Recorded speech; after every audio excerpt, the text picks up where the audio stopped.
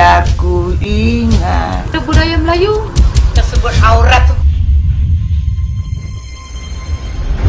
Oh my god, that is so wrong. Kenapa mesti nak cakap pasal saya? Kamu sudah tidur. Memang tu tak aurat. Tak boleh. Jika laki-laki keluar rumah, Ada kena-mena dengan soal aurat. tak faham lah. Tidak mungkin Tuhan menghukum orang yang tidak melakukan kesalahan.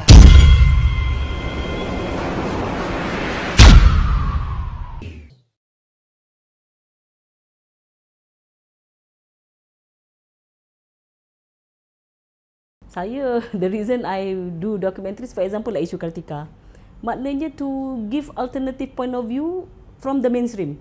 Because the mainstream dah macam gini, so okay, this is another perspective, or this is, you know, a different angle to it.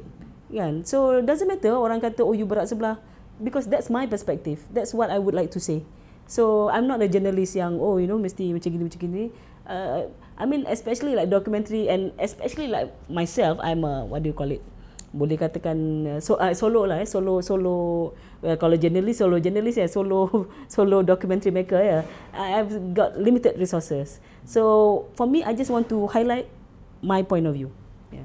So if you disagree, it's fine. But at least you know you are exposed to this point of view. Yeah. Di Malaysia ini, bila orang discuss pasal isu tudung, di mainstream sama ada print media ataupun TV semua sekali, whether they realize it or not, sebenarnya the discourse is more of like the Western discourse, ironically. Sebab discourse-nya hak-hak wanita untuk memakai tudung. Kan? Saya kata, ini macam, and cerita dia lebih kat arah situ. Nanti mulalah cerita pasal perdebatan dekat Perancis, kat Europe lah, kat Amerika lah, kat mana-mana tu kan. I kata, okay, fair enough. It is a problem. Maknanya we also support those women's rights to wear hijab. No doubt about it. Because for me, you know, and not just women, anybody, you know, they have the right to wear whatever they want to wear. As long as they don't harm other people. Kan? But then issue dekat Malaysia kan different. Kalau misal kata dekat the West, isunya adalah Islamophobia, di Malaysia isunya adalah Islamization.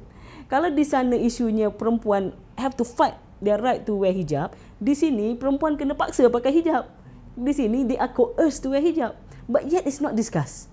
Benda tu bukan orang tak tahu. Tahu tapi senyap je macam tak tahu. Sibuk discuss yang pasal kat Europe lah, kat France lah. Sini apa ni. And then also the fact that I start noticing dah ada trend women or girls, teenagers or you know even adults yang dulu pakai tudung sekarang dah tak pakai tudung. That's interesting trend juga. Dah mula nampak dah. Yang dulu serius ataupun kadang-kadang dia tak buka tudung terus tapi dia dah nampak lah jambul sikit. Oh, ini dah relax lah cara pakai, you know. Kadang-kadang buka. So I interview these women. Kan? I interview women and I also interview women yang being coerced untuk pakai tudung. You know, some husband dia suruh, some cikgu paksa kat sekolah. And many reasons lah. Many reasons why women pakai tudung. Yang ada rimas kena sindir, pakailah. Kan, dia tak tahan lah, dia kata macam rimas kan. So women wear tudung for so many reasons. Tapi isu tu kan tak di-discuss kan. Jadi itu okay lah. So I buat lah this documentary. And also most importantly is daripada pandangan agama Islam tu sendiri. So the mainstream view is pakai tudung tu wajib, full stop. Itulah, that's what Islam say.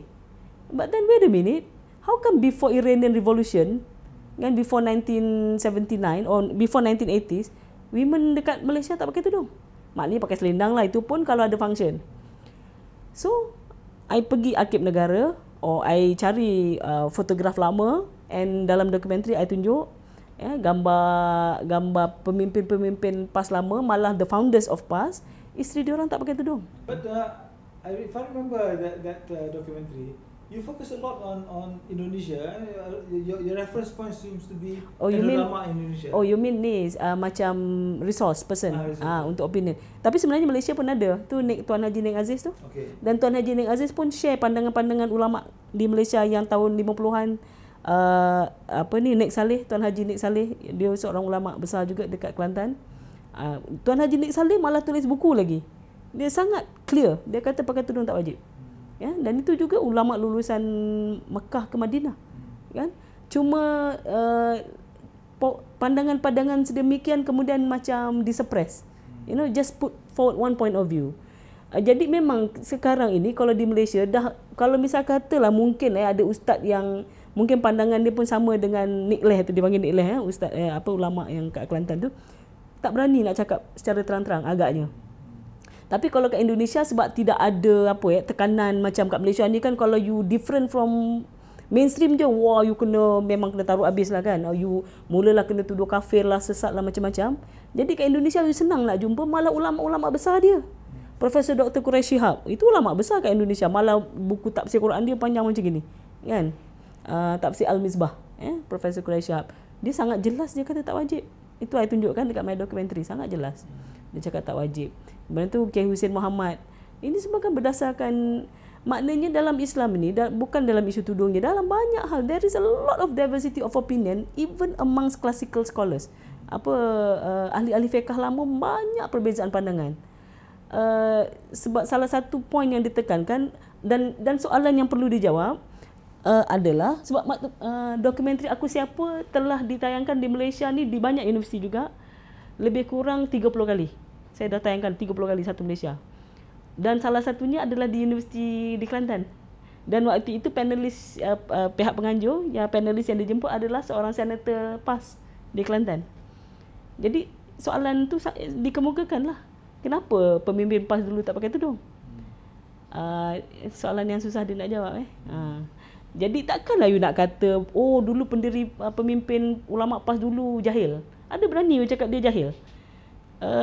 Jadi apakah kemungkinannya, dan mungkin kemungkinan besar adalah kerana walaupun dia baca Quran yang sama, ayat yang sama daripada ayat Quran, tapi pemahamannya berbeza.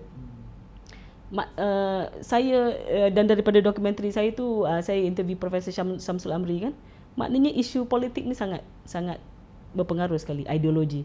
So after Iranian Revolution tu, dan Islam, dan saya sendiri interview Anwar Ibrahim kan, dalam tu saya tanya Anwar Ibrahim sendiri kenapa. Sebab pada saya beliau sangat instrumental dalam mempopularkan hijab di Malaysia, dan dia pun ada bagi jawapan dalam dokumentari tu kenapa dia, dan dia tidak nafikan yang dia so dia explain. So okeylah.